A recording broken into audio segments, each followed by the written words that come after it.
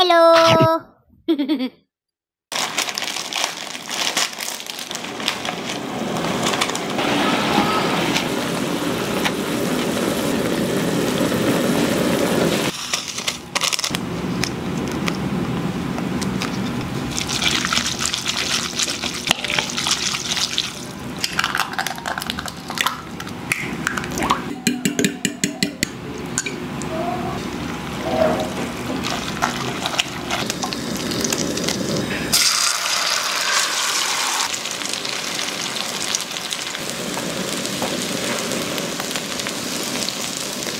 Welcome back na yung Minions sa isa na naman mukbang. At ang kakainin natin ngayon, meron tayo ditong samyang omelette, crispy kangkong, and pork tonkatsu. At syempre, sinamahan ko din siya ng cabbage. At meron din tayong Dane's flavored mayo and Japanese mayo. Meron tayong Japanese style mayo, roasted sesame dressing, sriracha mayo, and herb and garlic mayo. Kaya ano pang hinihintay natin? Tara na, kumain na tayo. So, lagyan muna natin ng Japanese style mayo. Ito nga samyang omelette.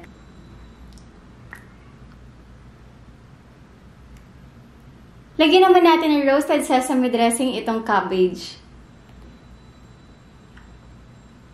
Perfect for salad talaga itong roasted sesame dressing nila. Grabe guys, tatakam na ako dito. First time ko lang gumawa nitong samyang omelette. So ito, perfect na recipe to para sa mga gustong males yung spicy ng samyang. Unahin na natin dito sa samyang. Perfect din with Japanese mayo.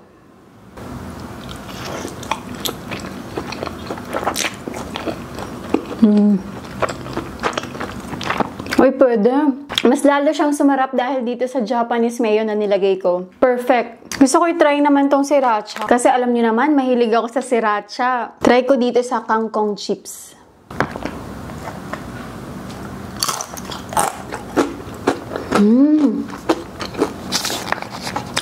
Ang sarap. Ang sarap ng sriracha mayo. Pero feeling ko, mas bagay itong herb and garlic mayo dito sa kangkong chips.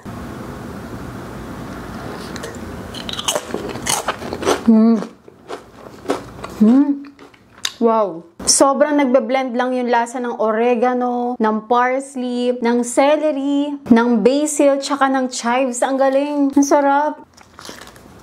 Bagay dito sa kangkong chips.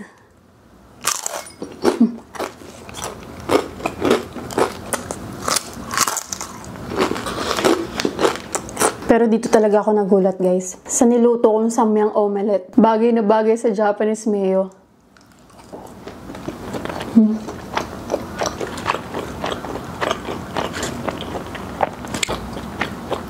Salad.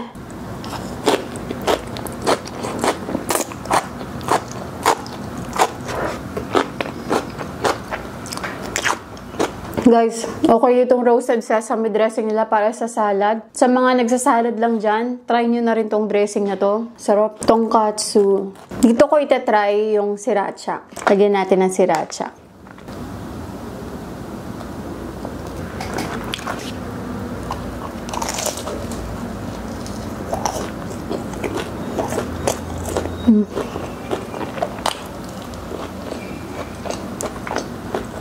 Actually, itong sriracha mayo nila, hindi siya ganun kaanghang. Sobrang saktong-sakto lang. For me, tolerable yung anghang nito. And alam ko itong pinakaunang hot and spicy mayo dito sa Pilipinas. At dito guys, hindi nyo na kailangan mag-mix ng sriracha at mayonnaise kasi ayan na, minix na nila para sa atin. May right amount of paprika, black pepper. Super okay nito para i-level up yung kinakain nyo. Kasi pwede rin to sa nachos, ayun sa tacos. And by the way guys, hindi lang pala to available sa supermarket. Kasi kung gusto nyong pa-deliver, available din siya sa Lazada and Shopee. Lalagay ko na lang sa description box below yung link. Kain na tayo. Ang dami ko na naman sinasabi.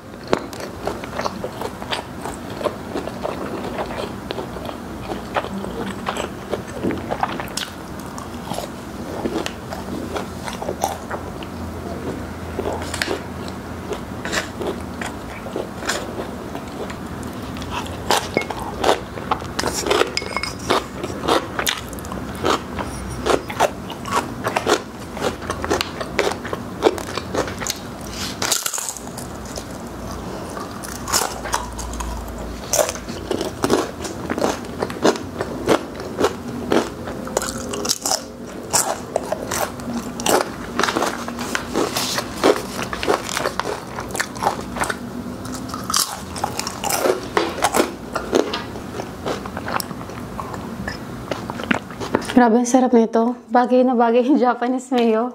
Lagyan ko ulit. Actually, hindi ko na nga maramdaman yung anghang ng samyang eh.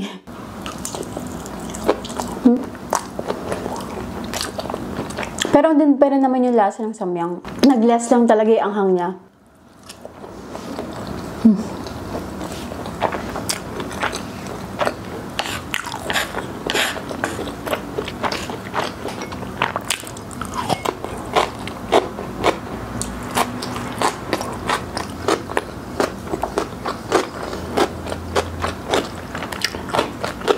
Gusto ko tong sriracha mayo dito sa tonkatsu.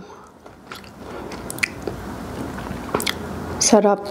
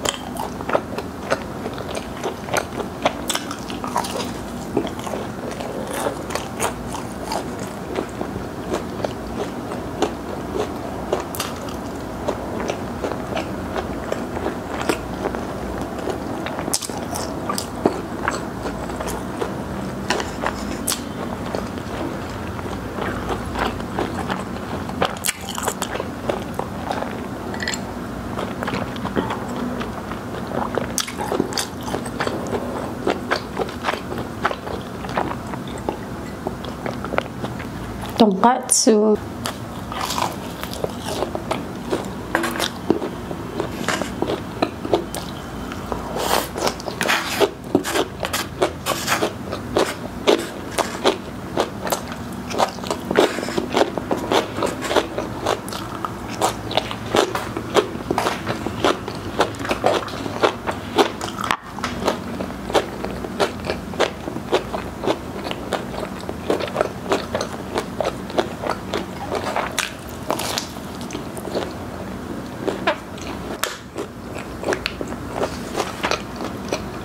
Last bite.